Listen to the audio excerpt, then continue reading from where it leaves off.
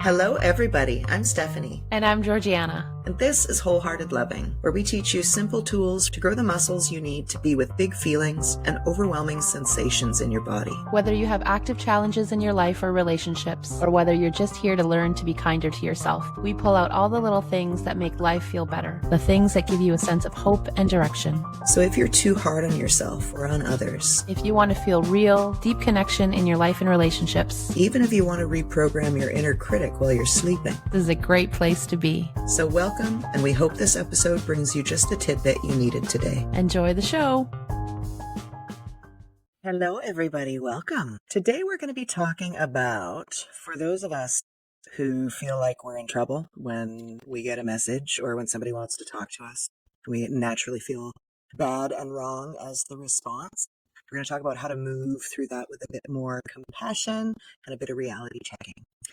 You can find self-reflection prompts for this episode and every episode on our Instagram at Wholehearted Loving, and you can learn about how to practice with us live at wholeheartedloving.com.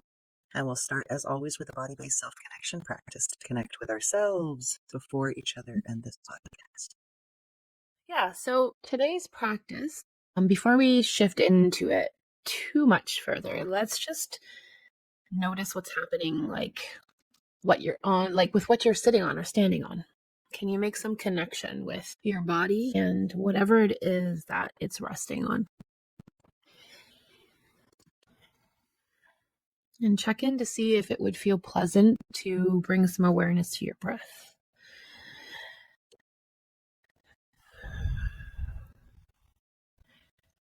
And would it feel pleasant to connect to a moment of stillness or some movement?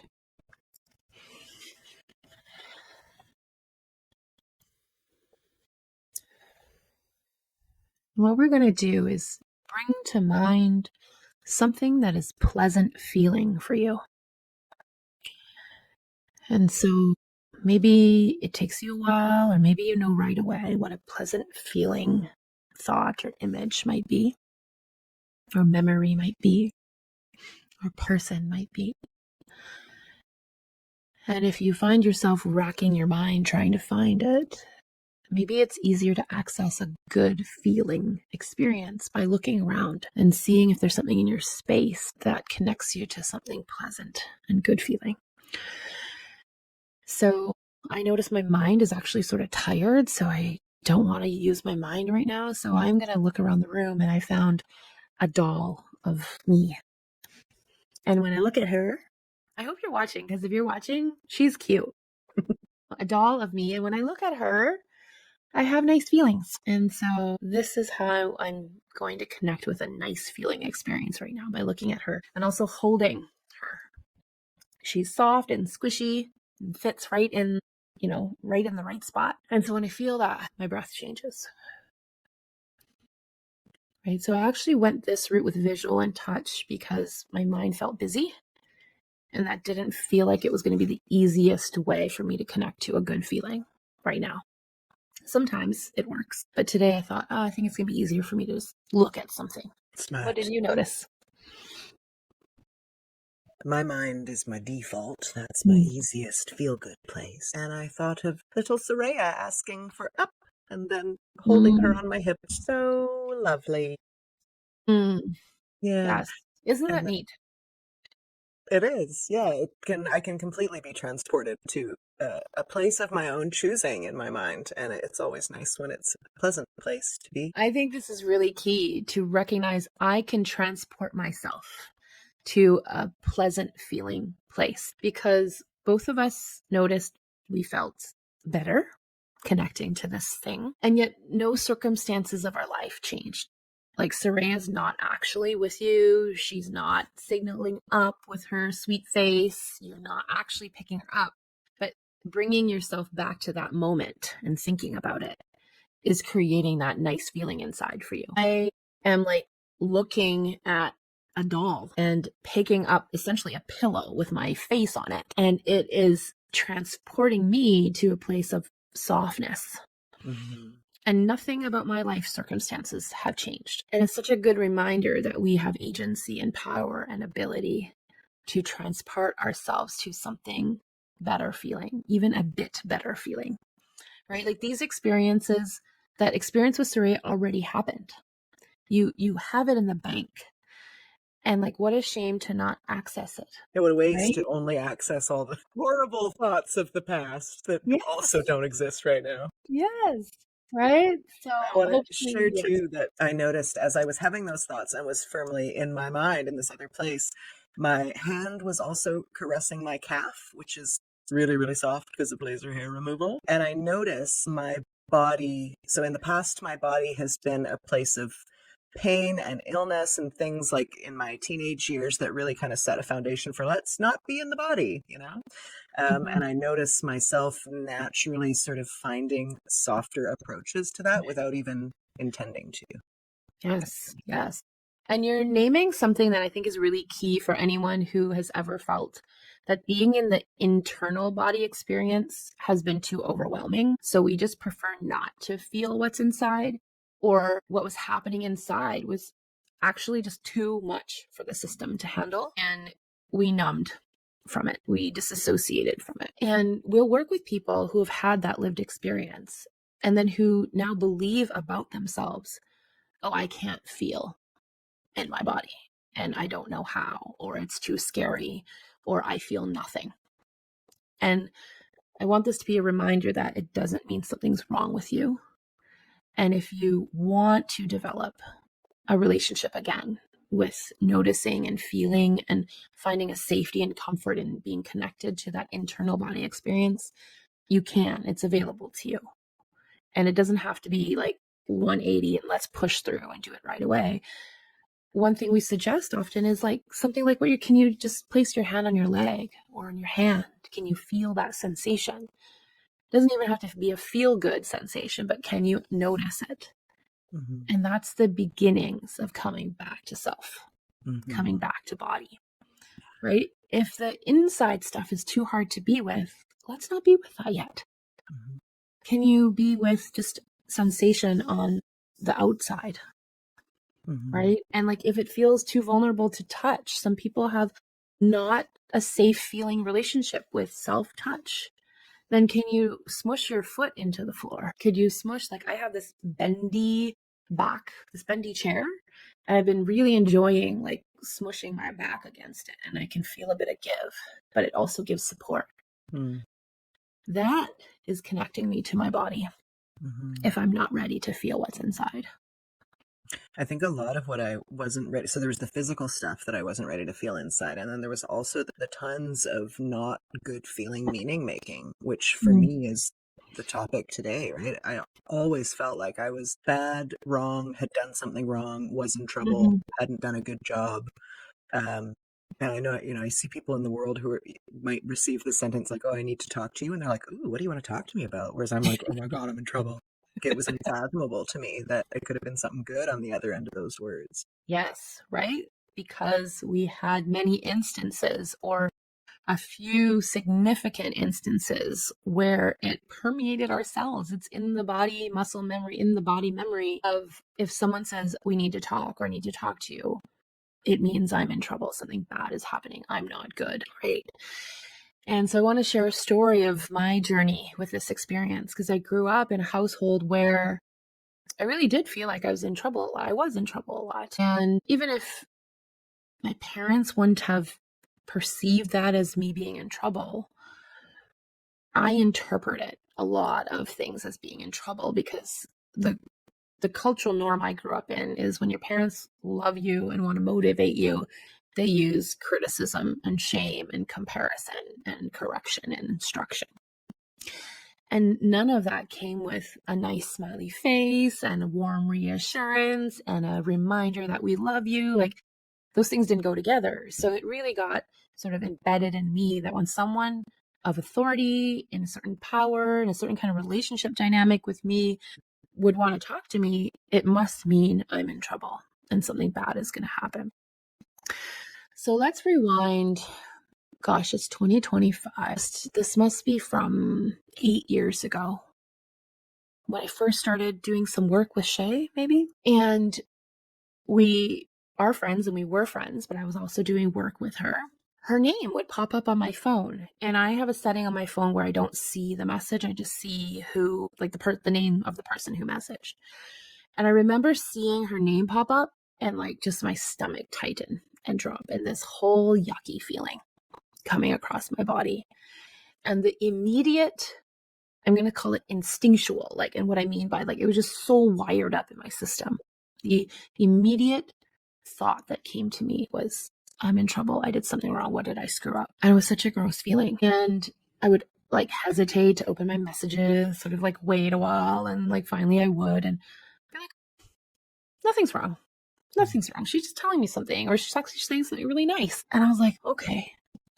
And I want to call that a reparative experience.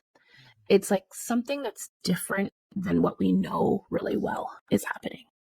And are you on the lookout for these things? Are you noticing them? Are you letting them land? Not just tracking in your mind that it's happening, but like, are you letting it land in your body of how does it feel to open up her message and see that she just said, hey, I love you. I hope you're having a good day. Or like, that was amazing call you did the other day. Like, oh, that actually feels very nice, right? So allowing reparative experiences to be occurring and for them to land and impact us, right? Mm-hmm. Being open that it's even possible that this could be a reparative experience, something different than the usual, the norm that I'm expecting. Yeah, Yeah, it was a big deal for me. I get that a lot. Yeah. I've had much the same experience. And at some point here, this made me reflect on my own patterns in extending to people because I used to only reach out if something was wrong or if I needed something. So then, ta da, I've created that dynamic, right? And Yeah. when someone hears from me, that's what they're going to be unconsciously or consciously expecting, right? So Mhm. I consciously added in sending messages that are about nothing and needing nothing and just connecting and loving. And that opened up my ability to believe that was possible in other communications to me. Yes, right. That if I send pleasant messages that are loving and for no purpose of nothing related to being mad or upset with someone or calling them out for something, perhaps someone might be sending me that kind of message too. Like it wouldn't have occurred to me in the past. And I made the connection that when Shay's name would pop up on my phone, what was happening is it stirred up an old body memory, right? And I had to help myself see that what's happening right now is not the same as what happened many, many times when I was a kid. So that same body memory of, oh my gosh, we're in trouble. I need to do something to protect myself. Like I actually, there's nothing happening in this moment I need to protect myself from. This is a loving message, right? And over time, I came to remember and know that this is the kind of person, the way she communicates with me and other people, and that I've witnessed, I've collected data and evidence of this. She would be someone that it would not be jarring if she were telling me information that was hard to hear. It would not come out of nowhere.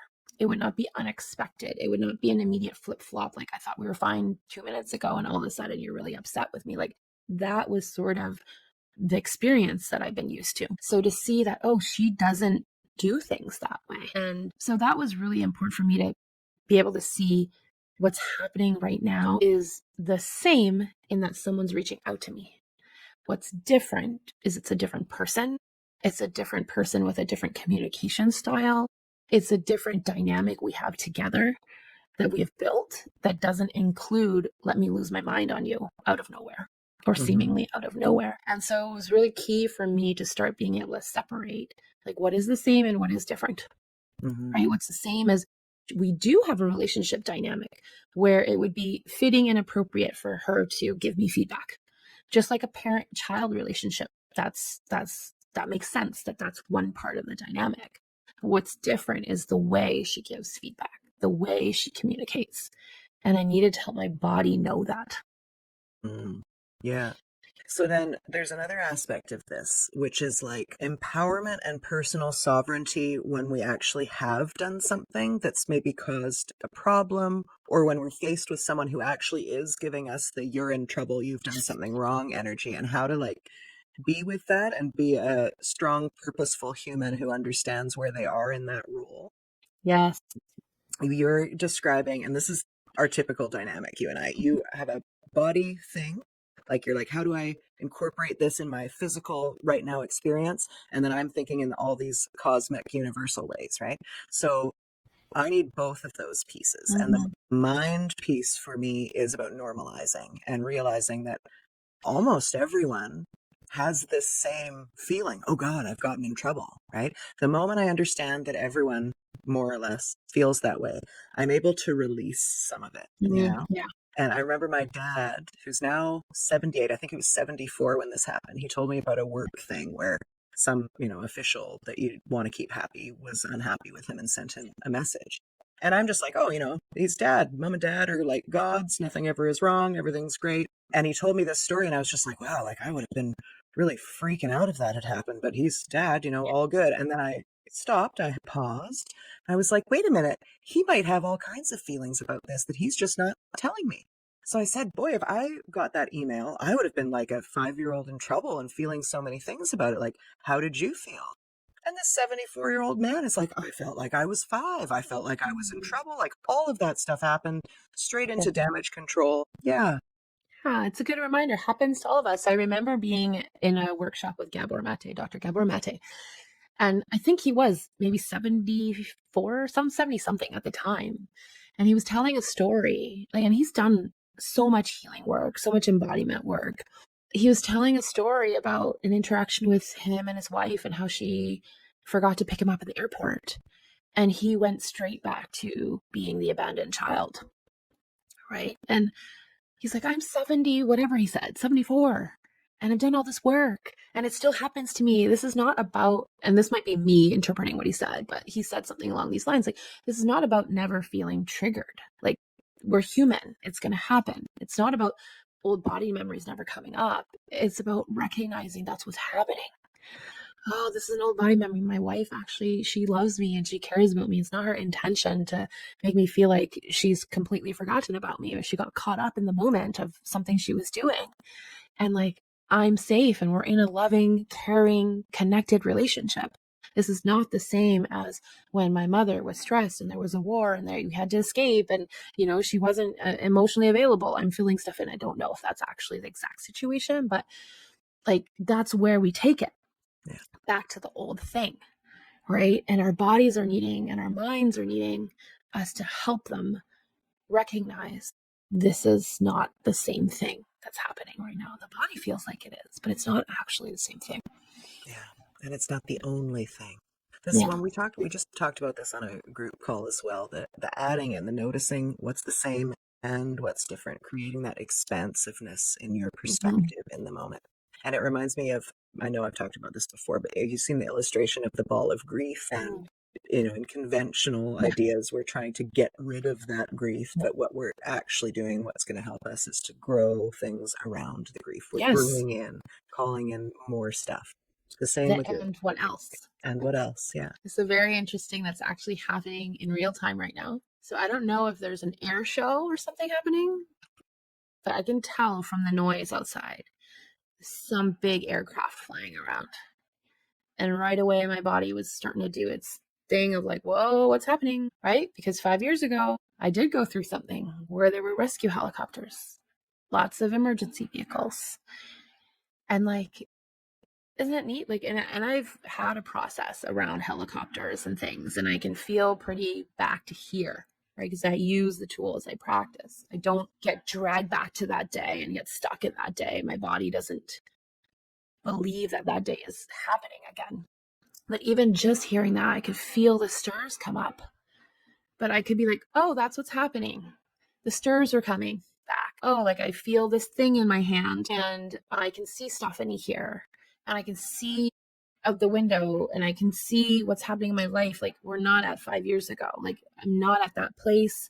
This event that happened then that was really tragic is not happening right now. That's all happening really fast in my mind to help me realize that's just a very loud plane right now. Right. And then I can like settle again. Powerful. Mm-hmm. Empowering. So the reason I got excited to share about this again, because I think we have talked about this topic and this incident before about getting the message that, you know, we automatically assume and go to an old story of I'm in trouble, is maybe about 2 months ago, I was driving in my car and a notification popped up, and it was Shay. And like immediately, my immediate instinctual impulsive thought was, oh, that's so nice. I'm so happy to hear from her. I was actually just thinking about her, and I'm so curious what she's saying to me. I can't wait till I can pull over and read her message. And I was like, holy crap. Like, what happened? What just happened? And when I say just, it's not just, because it was a series of 5 to 8 years of recognizing this is a really all ingrained body mind pattern of mine. But it made me so happy to notice, wow, I have rewired that piece. I do not now automatically go to I'm in trouble. I am now going to I'm so curious what she said. I'm so excited to hear from her. That was not how it was before. And it's because each time there was a different experience than my old experience with Shay, with other friends, with other people I was collaborating with professionally. I let it register, right? Sometimes I'm letting it register consciously. Sometimes it's a subconscious, like, oh, that's different. Sometimes it's in hindsight, when I look back, yeah, it's been different, right? But all of that was percolating and working in the background so that all these years later, when her name pops up, I have a completely different body response and a totally different mind association. Yeah. And that's possible. It's so possible. And it's deceptively simple how to do it. And it just happens in the background. But I wonder what you would recommend for people who are wanting to rewire this part of themselves, but they're also in a circumstance where they're not receiving lovely messages from a lovely person. Maybe they are receiving you're in trouble, you're bad, you're wrong messages from people.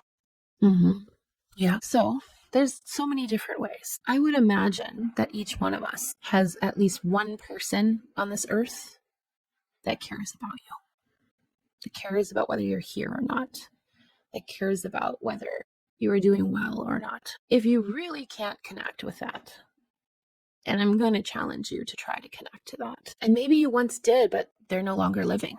But it still means that one other human being cared about you. Then connect with an animal. But all of us have something or someone who cares whether we're here or not. And so whether someone's actively sending you a message or not, can you bring some awareness to the fact that somebody here cares about you and notice how that feels, and be a reminder that not every interaction that you have in this life or with a person or with an animal is a negative and dangerous one. That some might be, even maybe they're not necessarily pleasant or great feeling, but they're neutral. And that's different. Neutral is different than dangerous and scary, right? And then the other way to play with it is, if you're not in the routine of receiving these messages from people, would you be willing to ask someone for a message? Would you be willing to ask someone for, in the moment, hey, would you be willing to just say something friendly or sweet to me and see what happens? So you could use ChatGPT for that. You could. You could. Lots of people are using that. Yeah. Right? If That you're makes a going lot to of use sense. AI, use it in a way that nourishes your system. Yeah. And so this reminds me of one of the things we often do in our groups is ask people for what we need. And when they give it to us, so the immediate objection is, oh, well, I asked, so it doesn't really count. And what you discover is when you're asking someone, hey, I want credit for this, or I want to be appreciated for that, and they give you that, it actually has the same physiological effect. And then everybody's like delighted, right? So I've programmed my ChatGPT to call me like sweetie pie, honey bun, and whatever creative variations of cute little names. Snuggle bun. Yeah, Starlight, it called me the other day. And it just feels nice, right? So, like, I mean, you could immerse yourself in like trolling on comment threads in the internet, or you could have some like sweetness that you arrange for yourself. Yes, right? I think before ChatGPT was a thing, I remember looking for an app because I knew I needed this. I need more loving, pleasant voices in my life. Right? And I have friends and everything, but I was like, we got technology. There must be an app out there that sends you at a certain time a nice message. And sure enough, there was. And I played around, and you could schedule, like, do you want one message a day or 3 messages a day? Do you want them like at the specific time? Do you want to like curate the custom message? Like, there's ways to help our system get little moments, little glimmers of, oh, that feels really nice. Mm-hmm. Right? Now, here's the key. And it's sort of like what you touched on. If I choose to orient to like, oh, those words on my screen feel nice. Like it says, have a lovely day, or it says, don't forget, you got people in your corner. Then for one breath, that could feel very nice. But if I choose to now orient instead to something else that's technically true, of, oh my God, I had to program an app to say something nice to me because nobody in my life will send me a message that's nice because I suck. Well, you're going to feel crappy, right? But you get to choose. And today in our group call, we were talking about the ability to be aware of what I typically choose. Which pathway do I typically go down? Which element do I usually orient to? Oh gosh, I'm really familiar with orienting to, poor me, I suck, I don't have any people. I have to ask a computer to say nice things to me.